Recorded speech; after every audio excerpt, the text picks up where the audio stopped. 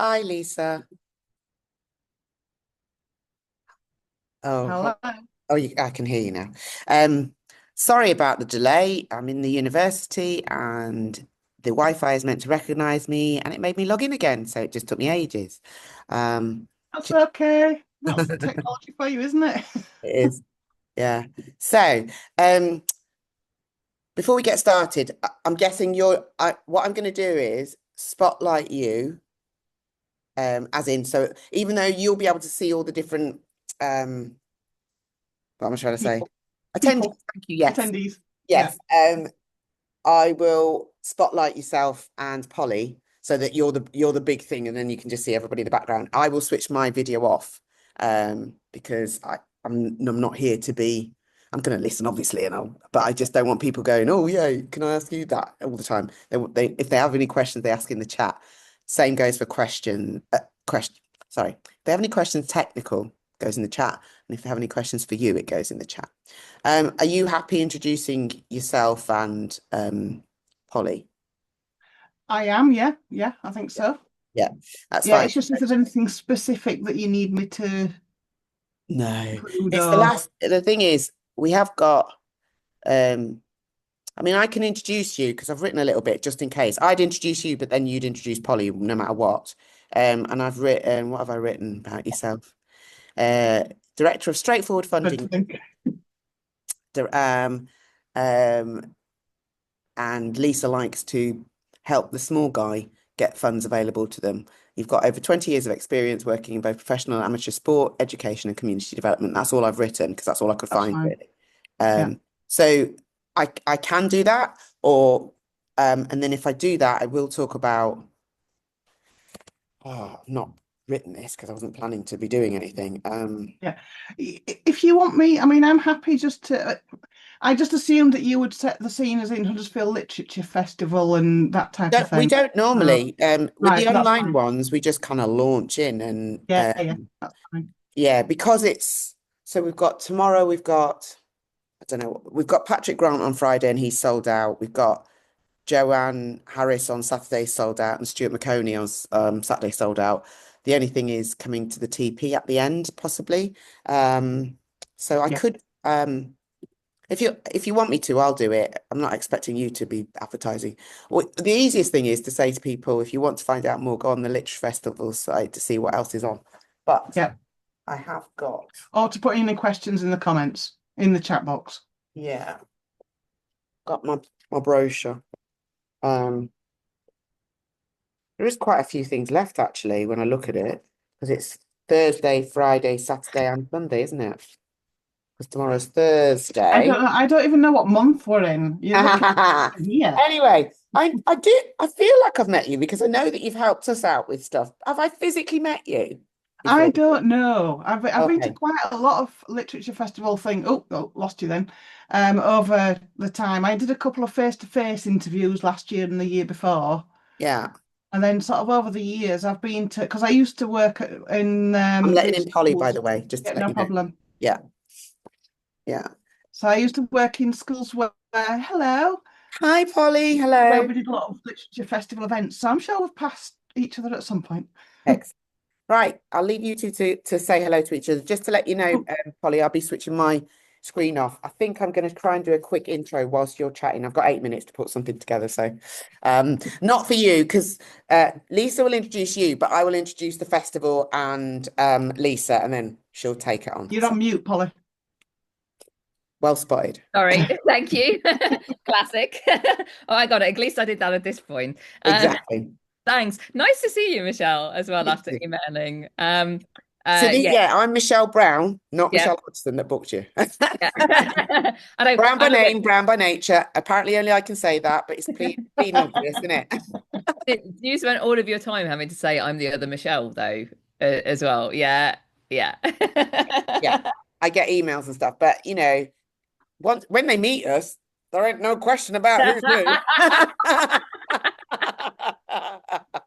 But yeah, right. I'll leave you two, and I'll put this together so that I've got a little intro and some Yeah, things. Yeah.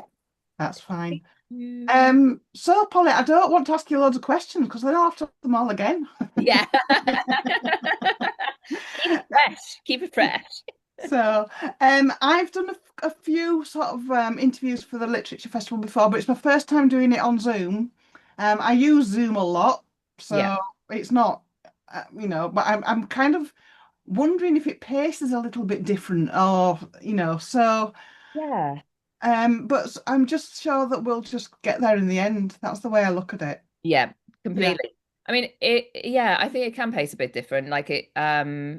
But I mean, I will give fulsome answers as well. So you don't have to you don't have to worry about me not talking. Um, You've moved, you keep moving.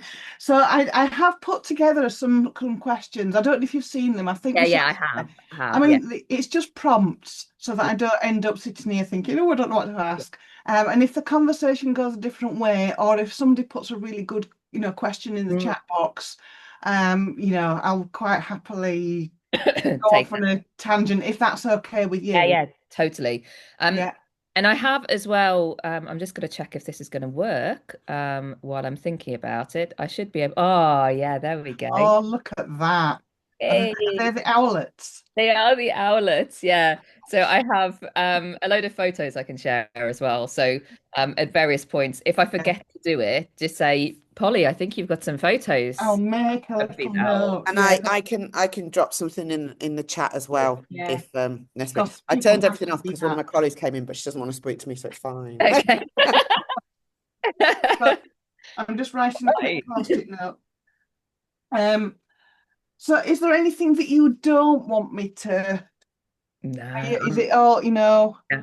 because obviously I've not finished your book, but I've read quite a lot of it, and there's a lot of it resonates with me because I also have a chronic condition and a Ah, diabetic. yay. So, and what I don't want is it to be sidetracked into us two talking about our ailments. Yeah, no, I'm quite happy to talk about anything, to be honest. Yeah. I had this amazing email. I was just saying, I just went for a swim earlier in the lake and bumped into two people from the village, and we were talking about chronic illness stuff. And I was saying I'd had this amazing email from someone the other day who, a Canadian guy who lives in rural New Brunswick, who had bought the Company of Owls in when he was in London earlier in the year at Foyles, taken it home, read it, and then kept having all these experiences with these barred owls there, which are a kind of wood owl as well. So they're related to tawny owls, where he was leaving mice for them out of his house, and the barred owls kept trying to land on his head. But he also said, so I loved all the owl stuff, but also I'm a GP and I have several patients with Ehlers-Danlos syndrome, and your book has taught me so much Yeah. about that and has helped me help my patients better. And to me, like that's just the best thing in the world. It just yeah, amazing. Yeah, they're the little spin-offs that just make everything Yeah. good. Yeah. So, right. So I've got some, like I say, you've seen the questions. I don't think there's anything that's too that you wouldn't be able to answer, hopefully. Yeah. I hope so. Unless my mind goes completely blank and I can't remember. And you Yeah. know what? It's just a chat. So if you go, I can't answer that, and it's like, let's go back to that one or whatever. It's just a Yeah, chat between the two of you. So, exactly. I mean, I'm menopausal age, and I will just always call that one and go, sorry, menopause, brain blank, can't even speak. Exactly. Yeah. I mean, this is the beauty with Zoom, isn't it? Is that actually you can get sort of up close and it's more personal, isn't it? And Yeah, yeah. It you, is. I always yeah. think it's a really intimate space, actually, because often you are speaking to people who are quite often in a room alone as well, and you're having this really kind of intimate conversation with people, which is amazing, really. Well, let's face it, it was a lifesaver during lockdown. And for us as an organization, that's Yeah. why we've discovered what a godsend it is. Because like there are people that for accessibility reasons wouldn't be able to join this Exactly. today Yeah. if we Exactly. yeah. Exactly. And often that's my position too, because I live in a really rural place as well. So both geographically and then to get to events, then the energy it means Yes. to get there, we on top of everything else, because you're traveling too, it's just and the expense, like everything just becomes so much more difficult. So Yeah. it's amazing. Having a world where we can do all of these things, we can be in Absolutely. person with people, we can be on Zoom. Um, Yeah, yeah, it's amazing. You it know, Yeah. is. One of the few great things about, living in the 21st century. Absolutely, definitely. I mean, I now have an office in my back garden, which, I just I don't it's nothing too posh, Yeah, don't yeah. shade in my back garden basically. I love it. But it makes such a difference to my sort of lifestyle. Yeah, So yeah, so where Polly, you're Grasmere, is that right? yeah. Yeah. Oh, lovely. Yeah. Yeah, I know. Hey, I'm from Homefirth. That's lovely too. Yeah, It yeah, it is, is. yeah. Because what I had family that lived in near Windermere. Well, yeah, I suppose it was Elterwater, Oh if you yeah, know oh that lovely. area. Yeah, So nice. when I was reading a lot of yours, I was kind of picturing where she Yeah. lived. And the bizarre thing, it was my sister-in-law, and she hated it. She Oh, hated it, and I was really? like, "Oh, you're living my dream!" And That's so how funny. dare you not like it? That's so funny. Just I to feel let you know, we've got 1 minute. So, and I like, okay, will let you know when I'm letting everyone in. right. Yeah. You'll be able to How see. many are we kind of? I mean, I know anything can happen on Zoom, but how many are we sort of Well, at the expecting? moment, you've got 11 people waiting in the waiting Okay. room. All right, roughly. Mm. So, and I Yeah. think when I looked, it was about 14, 15 Nice. tickets sold. So, Yeah. which is a good turnout. Yeah. That's a really impressive bookcase as well. Ah, I just trapped my finger then. That's a good start, isn't it? We might have a few people as well that I've passed the link on to Okay, as well, so there may be a few extras. that's fine. Yeah. That's a really good start, isn't it? To squash your finger just before you begin. Well, you can bring that into the conversation. Yeah. We had Lorraine Kelly do a pre-festival event, Right. and she was all over the news because she fell over and smashed her face, and she had I mean, she had makeup on to try and hide it, but you could still see it. Oh, So God. she did bring that into the into the Oh conversation. no, Michelle, you've frozen. Have I? Oh no, There you go. don't. You're back again Yeah, now. Okay, you're okay, back. Yeah. okay. I am on the university Oh, Wi-Fi. So what I'm going to do actually, just to be safe, I'm going to make uh you co-host, Lisa, Yeah, because that's if I fine. drop off, then it'll carry on and then I'll just Yeah. log back in again. No. Um, yeah. because right, we're at 7. We've got Yep. 13. I'm going to admit everyone. I'm just going to turn my video off. I don't, yes, that's good. Because you can't see it now. And I'm just going to make sure that I've spotlighted Oh dear. you both. Hold on, hold on, hold on. Add spotlight. There you go. So you're both on there. That's a little bit better. And then View I'll full screen. admit everyone. Okay, we're off. Thank you. Wonderful.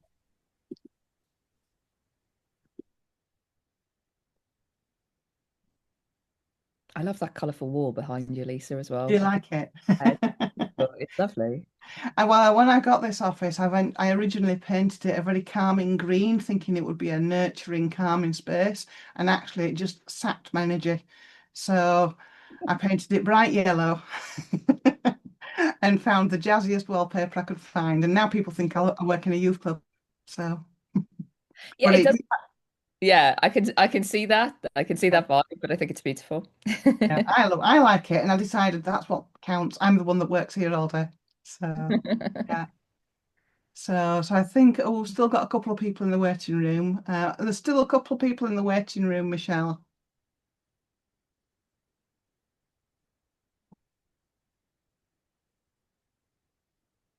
So, um, right. So I think we'll get going because people are sort of getting into the waiting room and coming in. Michelle, you're on I'm mute. unmuted. I just realised I said I'd introduce you, Lisa, and I just Yeah. disappeared. So let me just admit Sarah. So yeah, let me just. We've got lots of people coming in. Look at this. Do you want me Um, to admit whilst you talk, Michelle? Okay, so good evening, everyone. You'll see me disappear, but I just wanted to take this opportunity to introduce Lisa, and then she'll introduce Polly, because you may not know who Lisa is. Lisa has been a great supporter of the Huddersfield Literature Festival for many years now, and what she does is she helps with grant funding and untangling the mystery, which we needed that help with.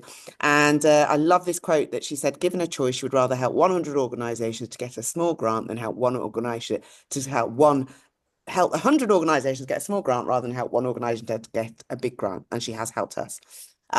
So I just wanted to, before we get going, talk about the rest of the festival. There are 4 days left. There is a lot of events still to come. I just wanted to highlight some. I think some of you on here might be interested in a Wilding Year with Hannah Dale that's happening tomorrow at Marsden Mechanics. There's a Yorkshire Crime Fiction with A.A. Hand and Russ Thomas, and that's tomorrow at the Cellar. We have Patrick Grant at the Home Firth Civic or Town Hall, and he's talking about how to be more environmentally friendly with fashion purchases. And we have a couple of children's events. One of them is Meet Spider-Man in our teepee on Friday, May the 16th. So, as I said, Lisa knows all about grant funding, and she's now I'm going to hand over to her to introduce you to Polly. Thanks, Michelle. So as you can imagine, writing grant applications isn't always the most wonderful of occupations. I do enjoy it. I love the challenge that it brings, and I love the difference that it makes to the groups that I work with. However, it's not quite my sort of, bedtime reading literature that I like, and that's what I'm so pleased that we have the Literature Festival for. I'm going to introduce Polly properly in a moment, but what I would say is, this is quite an informal discussion or conversation or interview, however you want to phrase it. And please do, if you've got questions that you'd like to ask Polly, please pop them into the chat box, because I'll probably run out of things to ask, and we might need your questions to get this right through to the end. But first of all, we're all here to meet Polly, so thank you very much for coming along, Polly. Although you get to do it from the comfort of your own home, don't you? Yeah. With the wonders of Zoom. So I've been tasked well, it wasn't a task. Polly's book, The Company of Owls, which I've been reading. I've not finished it yet, Polly. I'm about halfway through. Life is busy, isn't it? But it's wonderful, and it's conjured up a lot of images in my head and a lot of memories of trips to the lakes and listening to not just owls, but birds and the whole sort of nature experience. So I thought I'd kick off this interview really of just getting you to introduce yourself and just tell us a little bit more about, who are you, where are you from, how did you end up living in the lakes, and I'd love to know, what did you want to be when you grew up, if you've grown up? Okay, so the second bit of that might be a different story. Yes, so I grew up in Nottingham in the Midlands. I have to say in the Midlands very firmly because every year my partner does the Northern preview for the Bookseller magazine, and every year for North of England he gets sent stuff from the Midlands. So publishing doesn't seem to know that the Midlands exists. Nottingham is definitely in the Midlands. Um, and I escaped up here largely by accident. So I'd been living in East London for 7 years after I left home. I went to college at Queen Mary in East London and thought that I would spend, I don't know whether the rest of my life, but certainly all of my adult life was there. And um, then I'd done a master's degree and remembered that I really enjoyed doing academic stuff and thought I'd quite like to do a PhD. Got turned down for a PhD at Royal Holloway, where I did my master's, floundered around thinking, well, what am I going to do now?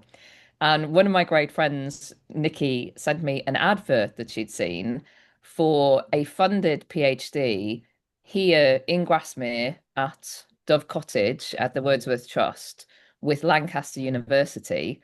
So I applied for it thinking, well, I probably won't get it, and found myself having to up sticks and move to the Lake District without having ever thought that I'd end up here. Fell in love completely, and I'm still here 18 plus years later. Yeah, that's quite an upheaval. I mean, I had a similar thing. I was offered a job straight out of university and had to, within 2 weeks, change everything. And I moved to the northeast, whereas you went to the northwest. Yeah. So I can understand, it's an amazing experience, but wow. I always say to people, I must really like extremes. Moving from London to Grasmere is it's a big shift, isn't it? But you Yeah. asked me as well about what I want to be when I grow up. When you grew, what did you Yeah, want?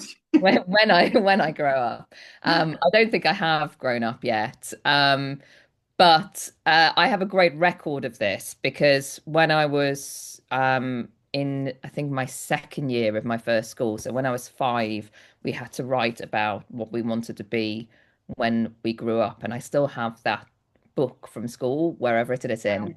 And I say, and I apologize for my archaic 19th century language that I was using in 1985.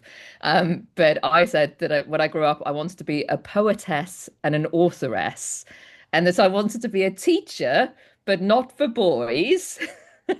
I think I'd had a bad experience with some boys at school that week. Um, and that I wanted to be a grandmother. That was quite a list of Yeah, goals, wasn't it, yeah, for a yeah, child? yeah. Yeah, yeah. So So obviously you'd said that you wanted to be an authoress or an author or a writer. yeah. I mean, obviously you did end up writing. What did you enjoy reading as well at that age? And what sort of things were you reading? What writers did you gravitate towards? Yeah, I absolutely loved reading, and I think that's where that idea came from because I often think like, how did I get that idea? I didn't know no one in my family is literary in that way. My mum's mum was a great oral storyteller. She was always kind of telling us great stories, but I had no idea that writers were kind of living creatures.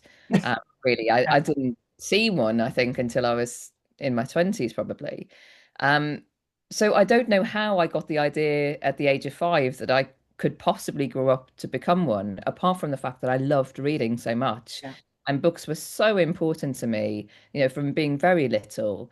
And we always had lots of books in the house, but also I remember at that school actually, which was quite lots of things about that first school experience were not great for me, but they had a wonderful library and wonderful library sales as well. So I ended up buying copies of some of my favorites. So things like A Gift from Winklesea, all those puffin readers that you used to get, early chapter books. A Gift from Winklesea, where some children buy an egg which cracks open and turns out to be a dinosaur. Things which are a little bit fantastical like that. I really loved.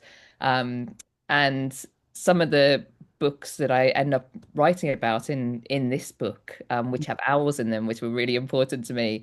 So The Owl Who Was Afraid of the Dark, was a picture book that I really loved, and Magic at Midnight as well, where it's a mystery set in a village where all of the pub signs come alive at night.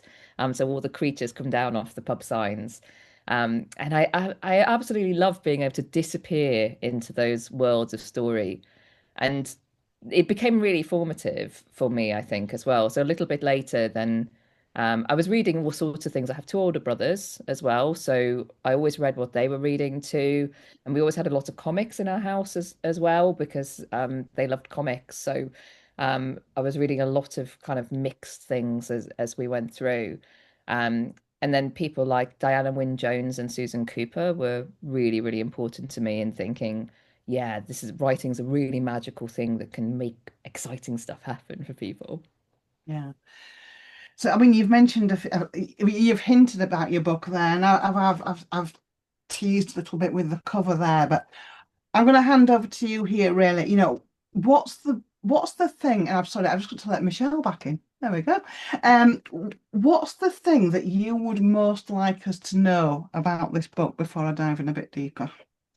Um, it's a kind of a grown-up version of The Owl Who Was Afraid of the Dark, really. That it's about some owls who I follow around, who live around me here in Grasmere, and about things that I think about when I'm looking at the owls and thinking about the owls. But really, it's about what owls can help us think about both ourselves and the world around us as well. Uh, it's funny, isn't it? Because when we think about owls, that the stock phrase we remember is that the wise owl. Do you recognize that? Do you feel that owls are wise? Is there a truth to that? Yeah, I mean, I think they're canny, I think I'd say more than wise. That what I really have noticed about particularly the owls that live up the road from me and across the road from me here is that they always seem to know what's going on. I always think there's the owls will know that you're there before you know they're there. So if you're seeing an owl, it's let you see it, for a starter. So Interesting. Yeah. um and what I found now watching the owls in the book is that they do spectacular things to protect each other from being seen, and the way that they live as well, they're really clever hunters. I think that they're just wise, I don't know, but canny and knowledgeable, definitely. Yeah, and interesting, obviously. Yeah, so interesting. So when it came to actually to writing this book, did you find the most challenging aspect of it?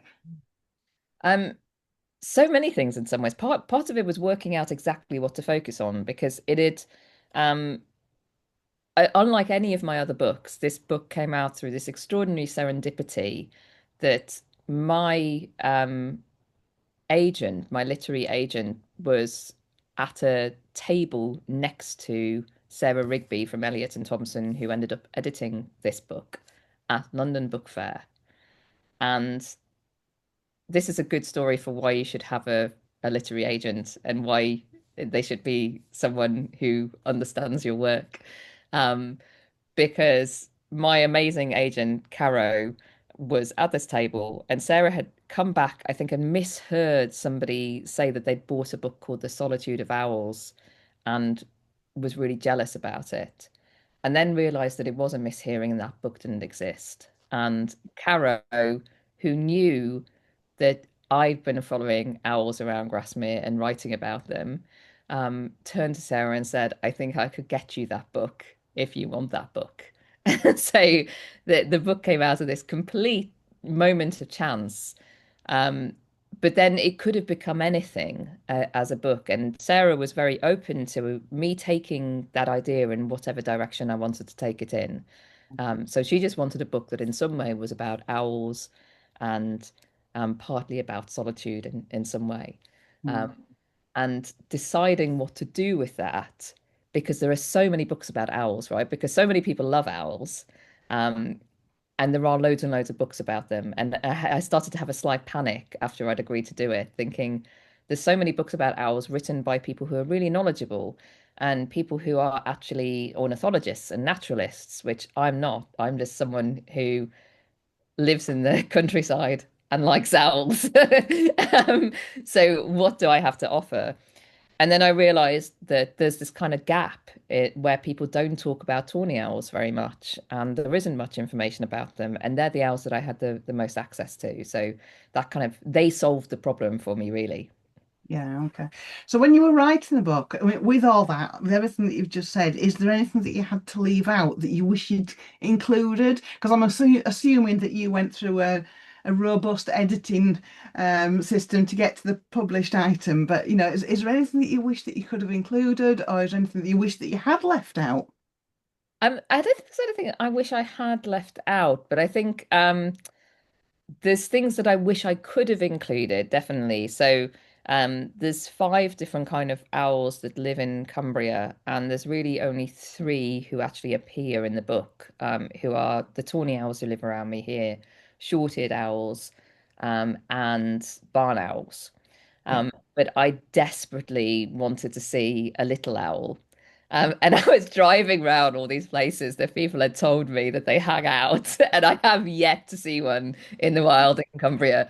And even more than that, a long-eared owl I would love to see as well. And I haven't seen one. They're a bit more difficult to see, a bit more unusual. But I would have loved it if they could have got in as something other than just mentions, i.e., if I'd got to hang out with one. So maybe there's a sequel then. Yes, definitely. Polly surrounded by little owls with just like sitting on my head, sitting on my shoulders. That's the Be dream. wonderful, yeah. So one of the themes that you've explored and you've touched on it there is that feeling of that solitude and that aloneness or loneliness. And whether that's voluntarily enforced. And we were chatting a little bit before we started about the impact of when we were all locked down and using Zoom and being alone, whether we liked it or not. Um, I've started to sort of see some things that I recognise in your book and to explore that myself. But how do you feel about solitude now? Do you crave it? Do you repel it? Do you wish you had more? And tell us a bit about how you explored that for the book.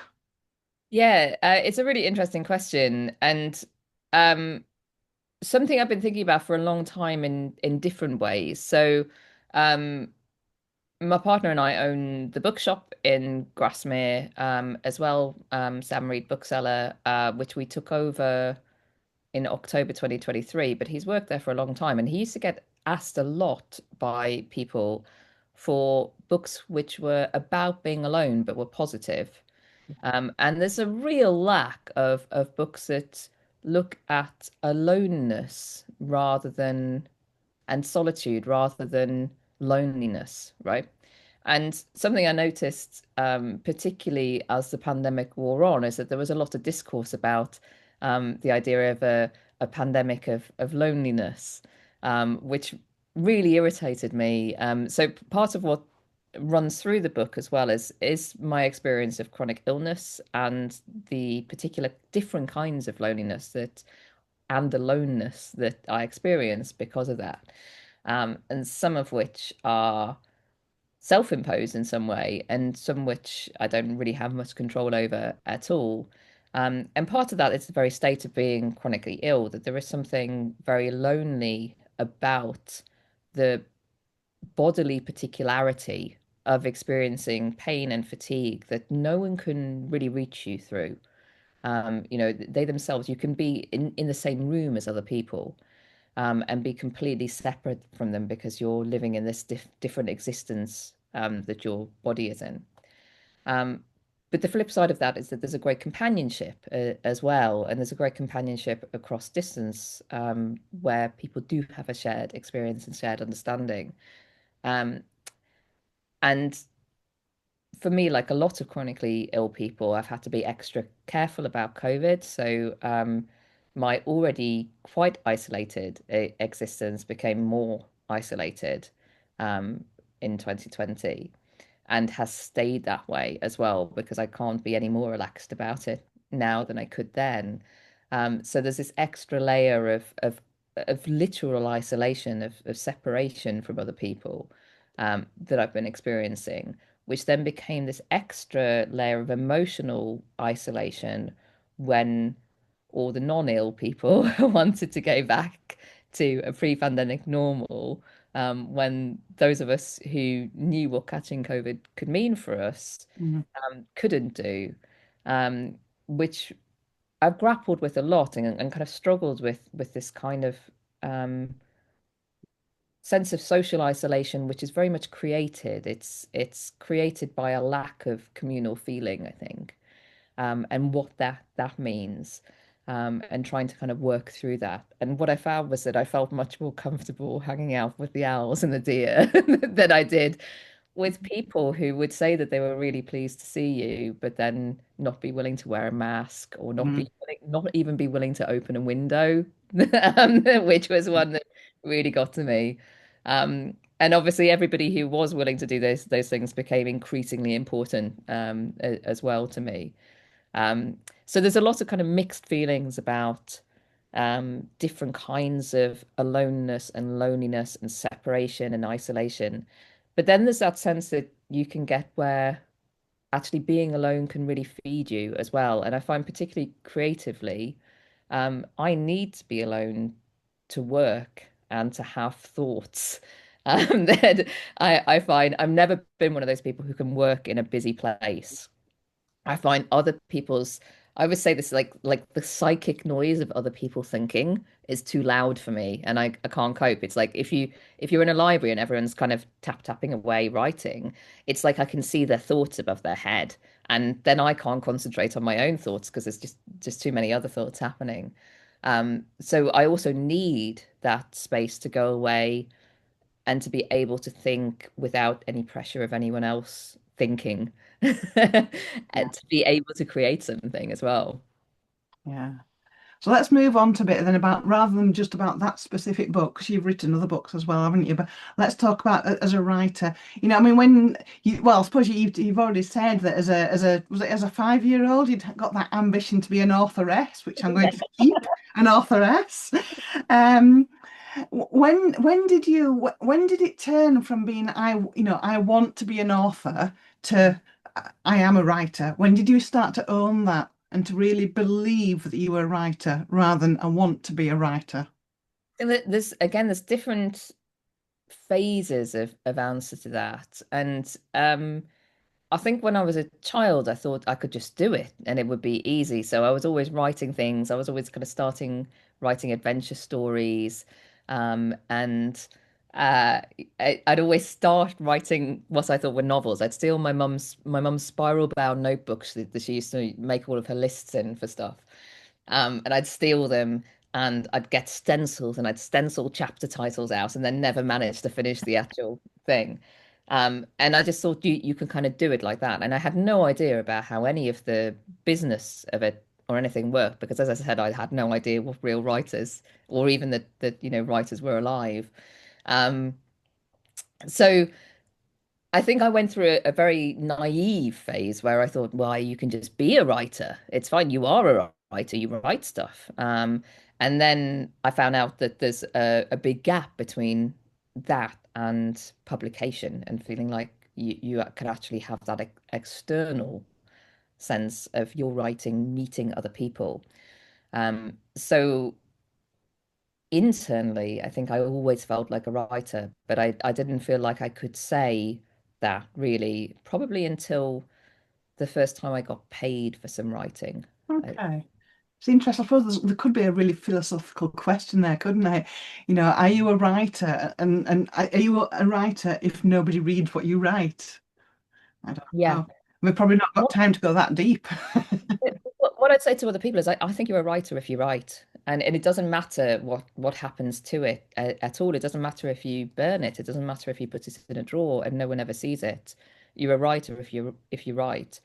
There's maybe a gap between that and being a professional writer, which I think does kind of need this sense that someone is taking your work and putting it out there for other people, and in some way that you are making some money from that as well. I think does create that feeling that you're really doing it for most people too. Yeah. So now that you have kind of sort of transitioned that point, are you aware of the reader when you're writing?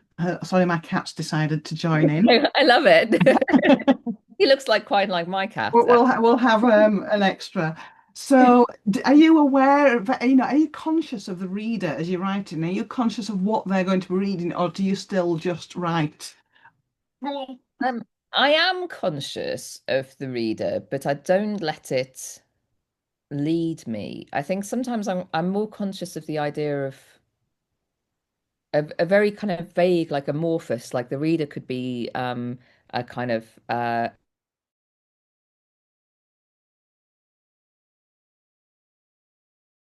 writers kind of write to a specific kind of ideal reader, and I don't have that at all. I have a sense maybe that I'm writing out into something, out into the ether, and hoping something's going to reach it. But I think I'm writing more to satisfy an internal voice than to try and meet an external expectation. So it's so different from the type of writing that I do, because obviously I'm writing to try and tick lots of boxes to get them to Yeah. give them money. So you obviously have challenges that you face in life, and you live in a beautiful place where I'm sure there's lots of distractions. Never mind the owls, there's lots of other things you can be going and seeing. So how do you create the space and the time to actually get down to doing the writing? Is it something that you have to discipline yourself to do, or is it something that you just, you wake up every morning, you race out and you start Oh tapping God, away no. at the keys? I don't wake up every morning and race off to do anything, Lisa. Um, uh, yeah, I mean, it is really difficult. And I think particularly living with chronic illness, and my illness is are all energy limiting illnesses as well. So trying to find the balance to do things can be really difficult. Like sometimes I can want to write and I just don't have the capacity to fit it into a day if I have to do other things as well.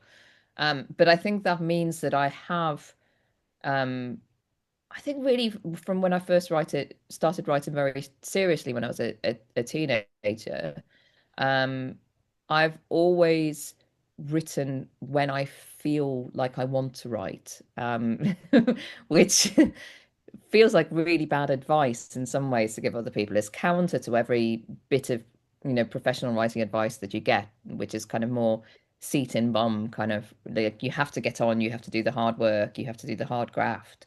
And I just can't work like that. So I have to do it when I'm able to.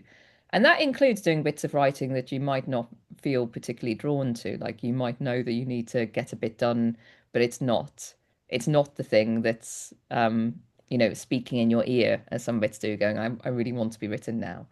Um, but for me, it's also part of attending to that inner voice which says, oh, actually, you want to write about this now, and let it guide you.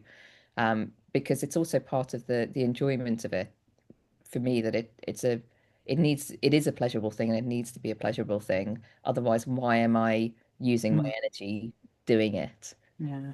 So does writing energize you? Do you feel, like they say, the claim that when you go to the gym, you come out and feel better and full of energy. I'm not 100% sure that's always true, but is it the same for writing? When you've done that writing, you've got those thoughts and you've shaped it, do you feel better for it afterwards?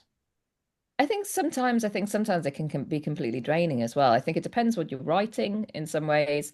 I think there is a bit of the process of writing when something's just the very fact of something coming together, even if it's something that's really hard to write about, it might be emotionally draining in some way.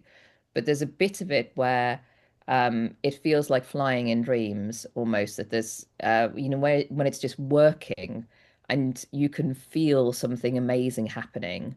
And that's an extraordinary feeling, which is a bit, I suppose, of a dopamine high, or something like that kind of feeling normals get from going to the gym. Uh, maybe it's a bit like that. But I wouldn't necessarily say that it was energizing in that way, but it's elucidating, transformative, something that can kind of keep you going in some way, even if it could be physically the opposite of energizing. Yeah, okay.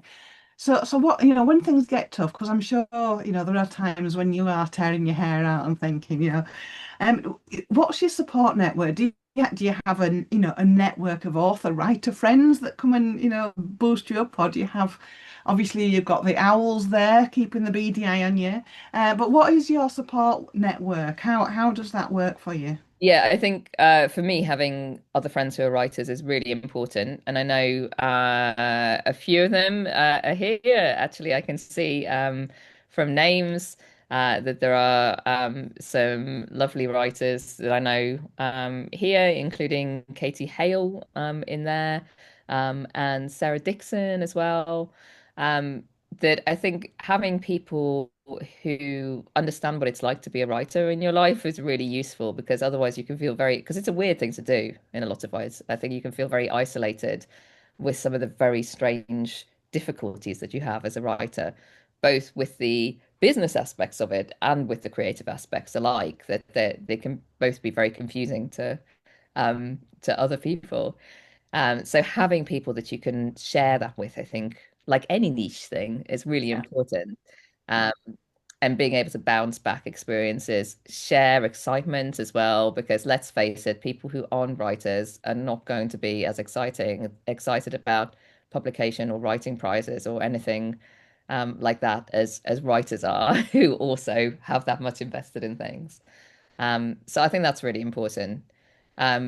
It can be important to just have other people who are just willing to listen to you and pat you on the back and say it's okay.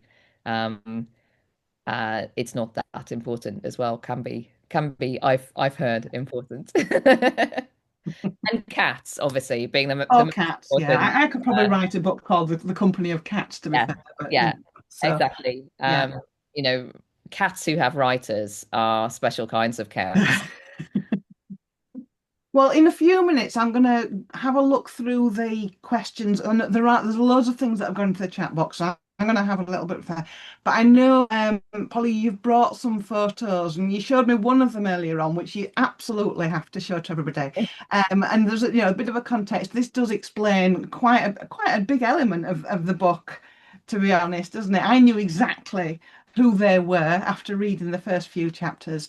So whilst I sort of have a look through the questions, and please, people, if you've got a question, pop it into the chat box, and I'm going to have a look through now. But Polly, if you want to maybe show some of those photos and talk us through those. I will do. So, one of the crux moments of the book um, is the moment where my partner Will and I walked past the owl nest box on a tree in the wood up the road from us here, and saw these three little creatures poking out. So these three owlets become the real center of the book.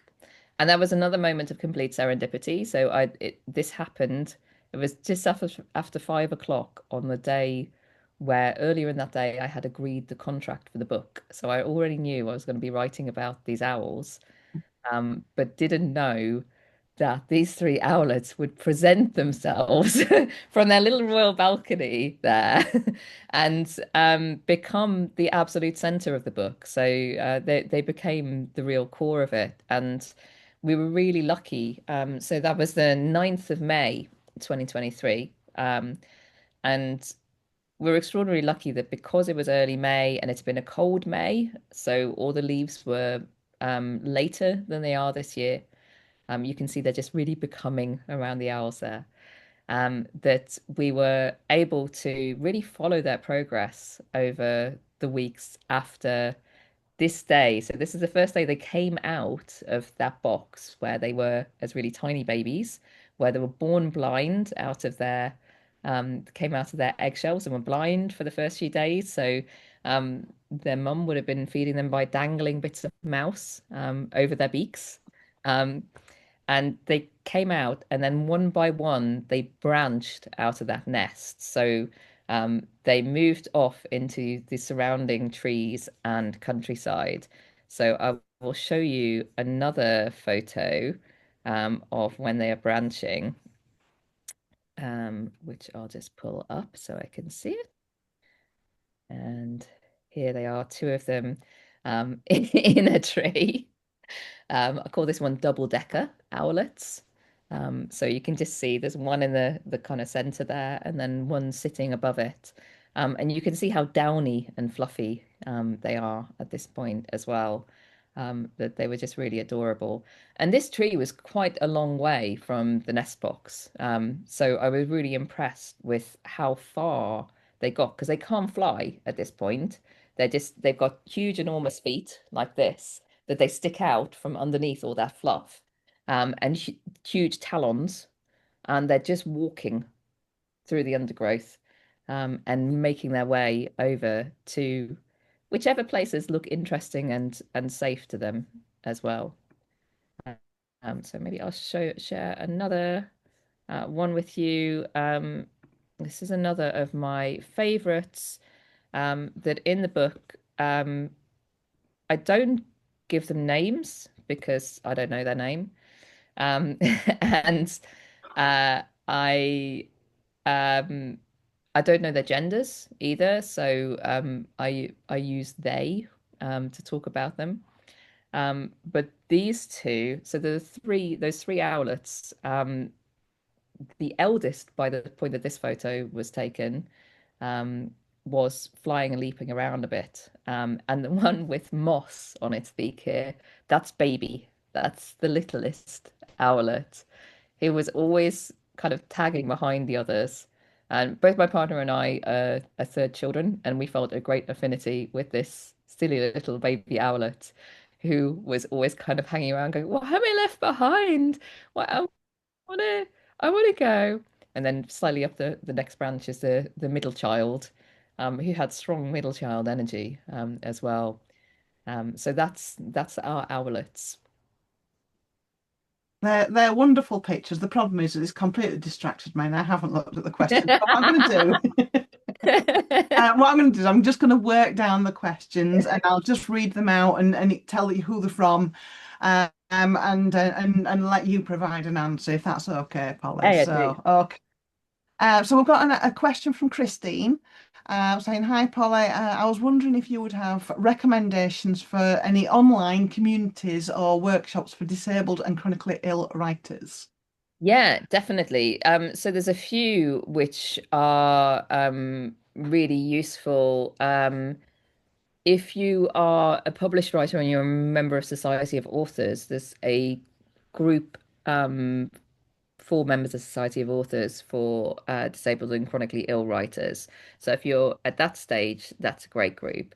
There's also various different networks for people who or for kind of broader lots of people. So cryptic arts are really great for doing lots of different kind of workshops and salons and other kinds of events and networking. They're amazing and they're a disabled run and disabled led organization. There's also an amazing group that I came to hear of last year called the Chronically Ill Artists Network that includes writers, but also people who work in lots of other different creative fields who have monthly meetings online as well. And they're a really amazing group. There are others too that I can't think of right now. I run a monthly creative writing group for chronically ill writers as well through Open Book, through the Scottish charity that's open to anyone. So if you look up Open Book, you can find that too. But I know there's more as well that I can't think of right now. So we're putting you on the spot here, aren't we, with questions from the floor. So, right, but thanks for that. Okay, so from Sarah, "Hi Polly, lovely to see you, and I wondered what your favourite owl is." Mm, Just say that, Sarah's just also thanked the Lit Fest for some online events, which does make it accessible for so many more people, doesn't it? So yeah, it really does. yeah, but yeah, Or favorite owl, that's so hard. It's like choosing your favorite child, isn't it? Um, uh, I would have used to have said a burrowing owl, I think, because I love burrowing owls, that they're so different and so fascinating. Um, but I am as I intimated before, I think slightly obsessed with little owls at the moment, having tantalizingly almost but not quite seen one mm, that I would love to see a little owl. But I won't choose an absolute favorite because that feels unfair. And obviously, in some ways, my favorites are my neighbor owls up here who are just adorable and my beloved neighbors. So maybe they're my favorites. mm, lovely. Okay. So from Sarah, I think this is different, Sarah. "Hi Polly, wondering if there are any plans for an audiobook version of the book." Yeah, I would love to do an audio book version. I don't think, certainly so far, I don't think the budget has stretched to it, but I was just thinking that it'd be really lovely. The paperback is going to be out in October, and I've been thinking again about whether maybe we can find a way to do an audiobook version to come out with that, because I know there's so many people who print books are just not accessible to. Um, and also it'd be quite nice to have all of those sounds in there as well, wouldn't it? Oh, that, yeah, yeah. So there's lots of comments in the chat box, really just about that conversation that we had about aloneness and solitude. I'm not going to sort of read through all those because they're not questions as such, but I think it just shows that lots of us resonate with some of the sentiment that you'd popped into the book and what you've talked about this evening. Um, as we move down, let's have a look now. Okay, so do you have a favourite owl anecdote? An From anecdote.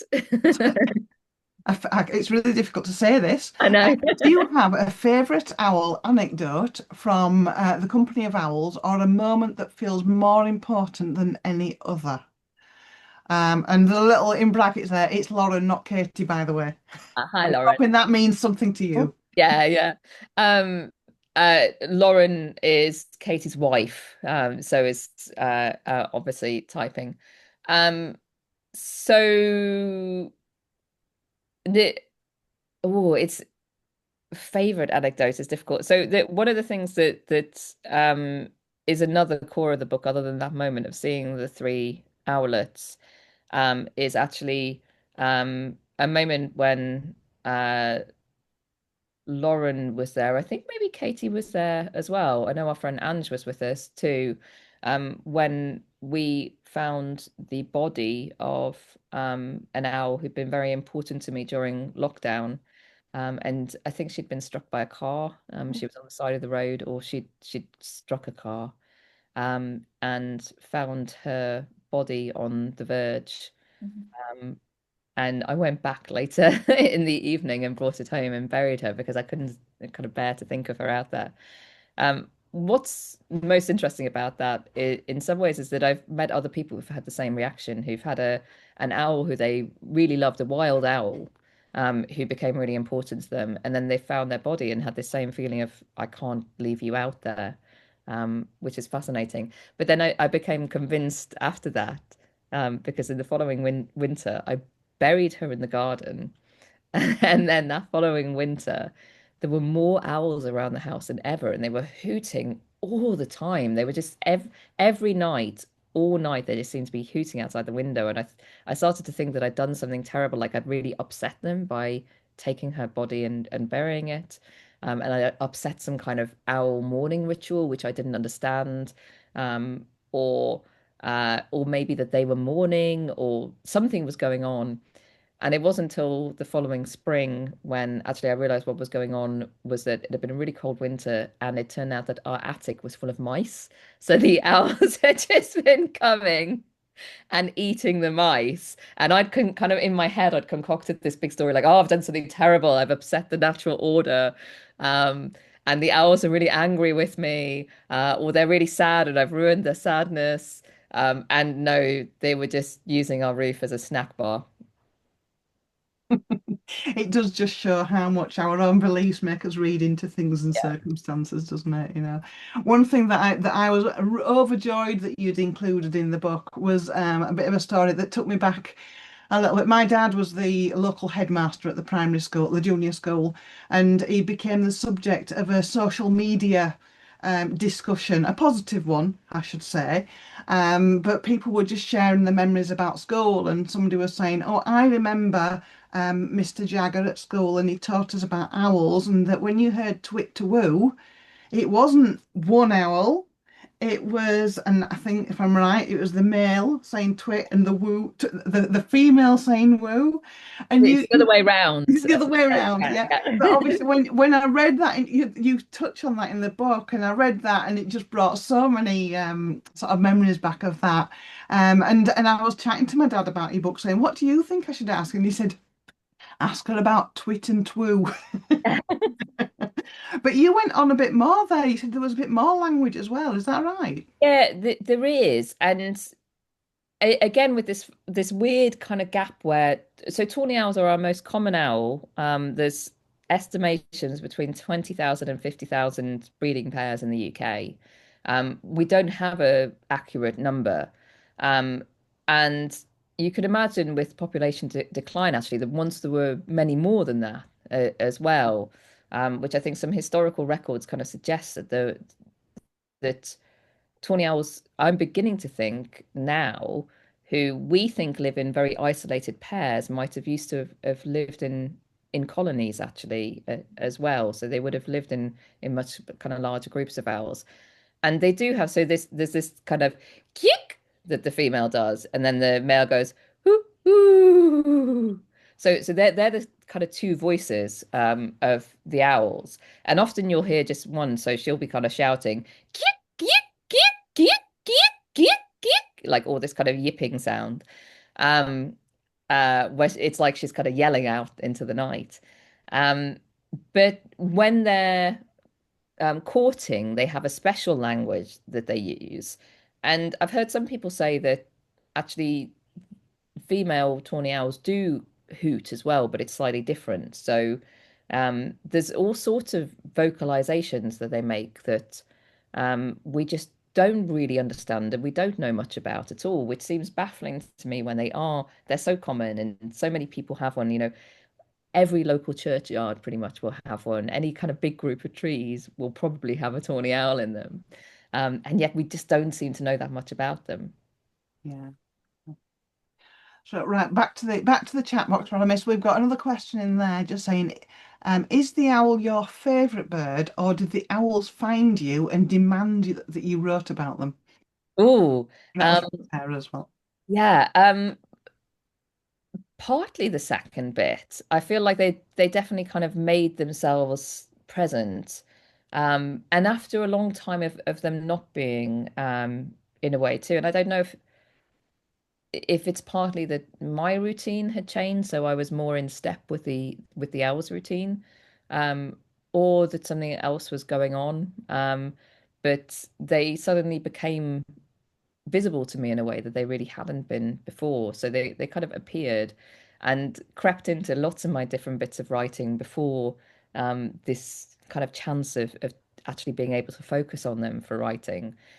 So really there was the kind of the gift of the topic of the book because I'd already been writing, as I say, about these owls and about some of these incidents. So um, the three owlets of 2023 are born to the pair of owls who take over the nest box after the owl who we found dead had died. And there was this really interesting kind of mourning gap where no one took over her territory for 18 months really after that, which was fascinating to me as well. Um, but I'd already been writing about that previous owl before um, the follow-ons arrived. Um, uh, so yeah, I think it was a mix of those things, and I find it very hard to choose favorites. Like I love all sorts of birds, and I think and animals as well. And I think sometimes something will come to the fore in our consciousness when we need to think about it for some reason, like we need to learn something about or from or through thinking about that particular thing, which is a very kind of magical thinking way of looking at it. But I think for me that's part of how my mind works, and how I learn things is through observing other stuff and then having realizations. And I think animals can be really helpful for that. Okay, lovely. Right, so we're getting towards that this hour is going very, very quickly, I will say. So just a few more things. I'm just going to share another There we go. while we Sorry. think about it. So keep talking, and I Yeah. might just share a few more. Well, I was just going to ask you because obviously, there's I think there's more to come, and we've already touched on the sequel if we can find the owls and so on. But is there a book that you would really like to write? Is there a book, that it's in there, but it hasn't had the opportunity to come out yet? Is there a book that what's the book that you would most like to write? Yeah, so many really. I think if I had but time enough and energy enough, there'd be a whole load actually in there. And I have all these ideas at the moment that I'd really like to pull down. And my problem is that I never end up focusing on the one which is the one that the thing that I'm meant to be working on. It's always like the other thing. Um, so I have some ideas of some bits of fiction that I'd like to write, if I can find the space to do that, um, which is really calling me at the moment, which is interesting because I thought that I'd kind of given up on that idea. At some point down the line, thinking about childhood reading, I'd really one of the things I really wanted to do when I was a child myself was write a kind of magical adventure story in the kind of style of Diana Wynne Jones or Susan Cooper because they were so important to me. And that was what I started out really wanting to write. Um, and lost the stamina for that somewhere along the way. So one day I will get back and do that, but it might be quite a long way down the line. All right. Wonderful. So just a few last things before we sign off. And you can and these are not necessarily related to writing, not necessarily related to book, answer these in whatever context feels right to you. Couple of quick questions, what scares you? Oh, fascism. Short and sweet answer. Yeah. But yeah. Okay. And I'm gonna ask for a longer answer for this one, but what brings you joy? All sorts of things, tiny things. Uh, I had an amazing swim this afternoon, and that brought me a lot of joy, but also accidentally bumped into two friends from the village and had an amazing conversation with them, and that brought me joy. I saw a dragonfly, that brought me joy. I think for me, one of the real things about surviving chronic illness or any kind of trauma actually is having those small moments of joy that kind of root you into the present and um, remind you of the beauty in life, I think, as well. Wonderful. And if you had a kind of a warning label, or Mhm. if you had an instruction booklet that was, specifically for you, what would it say? Oh my God. Um, We have to have a silly question in there somewhere. uh, I was looking at so I have a third poetry collection out next spring. And I was Okay. having to fill in this thing that they call an author questionnaire for it. So whenever you publish a book, you have to fill in this terrible document called an author questionnaire where you give a summary of your book and write who it might be interesting to. And um, the ones from my poetry publisher also wanted kind of quotes about my book, so I had to look at my own reviews, which is never a good thing to do. And I was reminded of one of my prose book before this, Some of Us Just Fall, that said, I'm going to misquote it slightly, but it said something like, often turgid and murky, but always poignant. And I thought that was quite a good description of me. Lovely. Right. Well, on that note, we're just about towards the end of the hour. So I'm going to say to people, if you've got another question that you would like to ask Polly, please pop it into the chat box. We can probably just squeeze maybe another one more question in there, maybe. Michelle, if you're wanting to add anything that I miss, please, do so. Oh, look at that. Um, and I will just show you this Oh, little footage of the owlets. Um, there you go. Look at that. I can see why they captured you so much. Now, we've got a question there from Michelle, actually. Have you another book that you're writing at the moment? Mm. Yes, yes and no and yes. So I am working on a third poetry collection, which will be out next spring with Seren. Um, I am also I'm doing a revised edition of Recovering Dorothy, my book about Dorothy Wordsworth. Now that the Rydell journals are published, that are an amazing edition, first ever publication of her later journals, with much more accurate transcripts than mine were from them. So I'm reworking on that. But also I have a few different kinds of writing projects that I'm cooking. And as I say, the ones that I keep wanting to work on are not the ones that I'm meant to be working on next. So we'll see. Hold that space. Yeah. And if people want to know more, Polly, do you have a website? Do you have social media? All those bits and pieces? How do they? So I have a website which is just polyatkin.com, so you can find me easily that way. And I am on Blue Sky and on Instagram as at Polly Rowena, all lowercase, one word, which is my first name and middle name. Wonderful, thank you. There's a few more comments coming in. People saying how they've loved that your book on all levels, all areas, and thank you. I've what I've read so far, because life is busy, I've thoroughly enjoyed it, Polly, and it's been an absolute pleasure. It kind of brings it to life, speaking to the author. I'll go back and read the rest of this book with new eyes or new ears, because I'll be hearing the owl calls in your voice in my head as I'm reading the book now. Thank you so much for your time this evening. Thank you, everybody that's come along. Thank you for putting up with my cat in the background. I was keeping a careful eye on him licking, making sure that there was nothing untoward going on there. It's been an absolute pleasure. I think Michelle might have a few things to add about the Literature Festival, but it is coming to a close. There's some amazing events on the TP. If you're in Huddersfield or in Kirklees area, the TP is open for the next few days, so do get down there if you get a chance. But otherwise, Michelle's just appeared, so I'm going to hand back over to Michelle just to finalise there. But thanks, Polly. That's been a pleasure. Thank you. Trying to spotlight myself here. Yeah, so just thank you very much, both of you, for that. And I've just put in the chat a bit further up if you can find it. Please do complete the questionnaire. Very pleased to hear about the fact that many of you have been really happy to have this event because of the accessibility about it.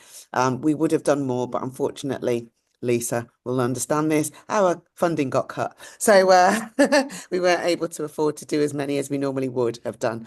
But yeah, so thank you very much, everybody. And all those lovely comments. What I'll do is I will actually record the chats so that you can actually see all the comments and feedback, because I think it's very nice and very affirming of what you're doing and how you've helped people. So thanks, everybody. Thank you. Okay, bye-bye. Do you Oh, I think Michelle might have just frozen. Oh, you're back, I Michelle. know, and that was me just not moving. Do you guys do you guys want to carry on talking, or shall I just end it and cut it off totally? Oh, more pictures. I Great. thought I'd close off for you with a picture of the mother owl. So this is Oh, um, the owl I call Silver Owl in the book, because as you can see, she is really silvery. And this is the mum of the three owlets. So I thought we should just see her to finish. that's fabulous. And thanks again, Polly. And Thank I will now close it down. Okay, bye-bye, everybody. Thank you. Thanks. Bye. Bye.